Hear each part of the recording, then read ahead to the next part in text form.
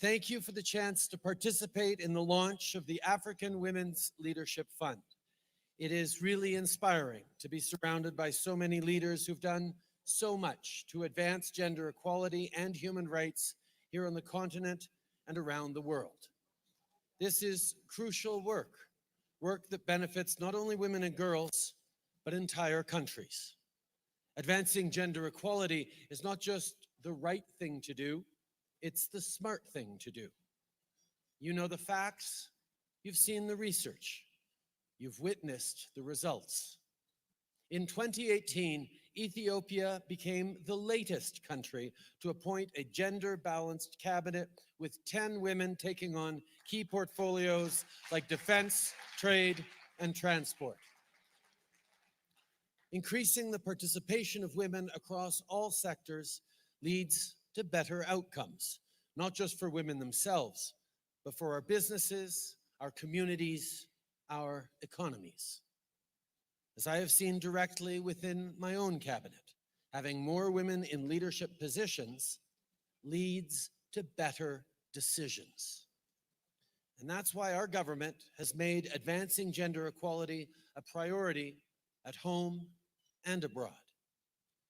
Nous avons mis sur pied la politique d'aide internationale féministe qui vise à éliminer la pauvreté et à bâtir un monde plus pacifique, plus inclusif et plus prospère. Nous avons aussi créé le Fonds Égalité qui vise à éliminer les écarts en matière de financement pour les organismes féminines en assurant un financement autonome à long terme. Many of you in this room have been working to promote gender equality for decades. African women, many leaders in this room, have been at the forefront of this fight since the beginning. But we know there is more work to be done so long as women are denied opportunities just because they are women. That's why Canada has been working with like-minded partners and leading experts to help move this agenda forward.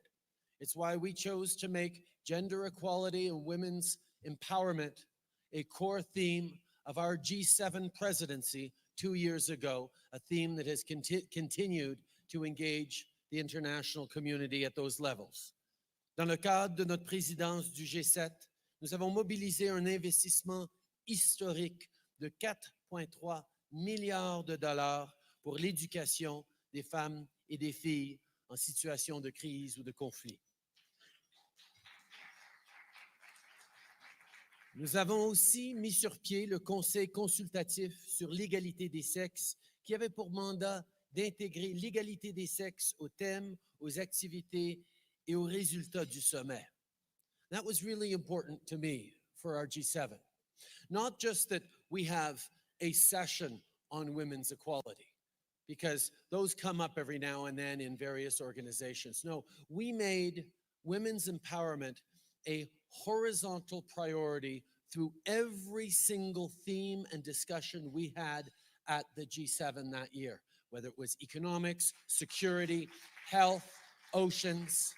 Women are involved in everything, and as we all know, women are often the solutions to everything.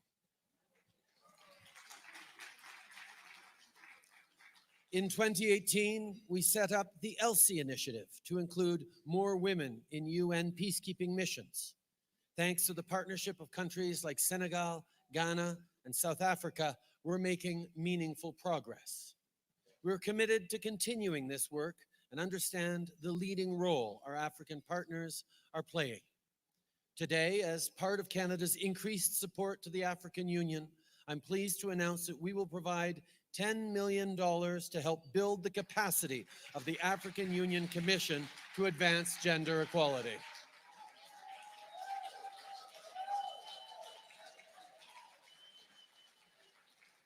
This will support the African Union's important work on priorities like economic development, trade and investment, regional integration, and peace and security.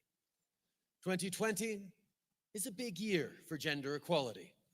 But while we mark important anniversaries and celebrate progress, we cannot lose sight of the work that lies ahead. We cannot take for granted what we have achieved, and instead, we must vow to redouble our efforts.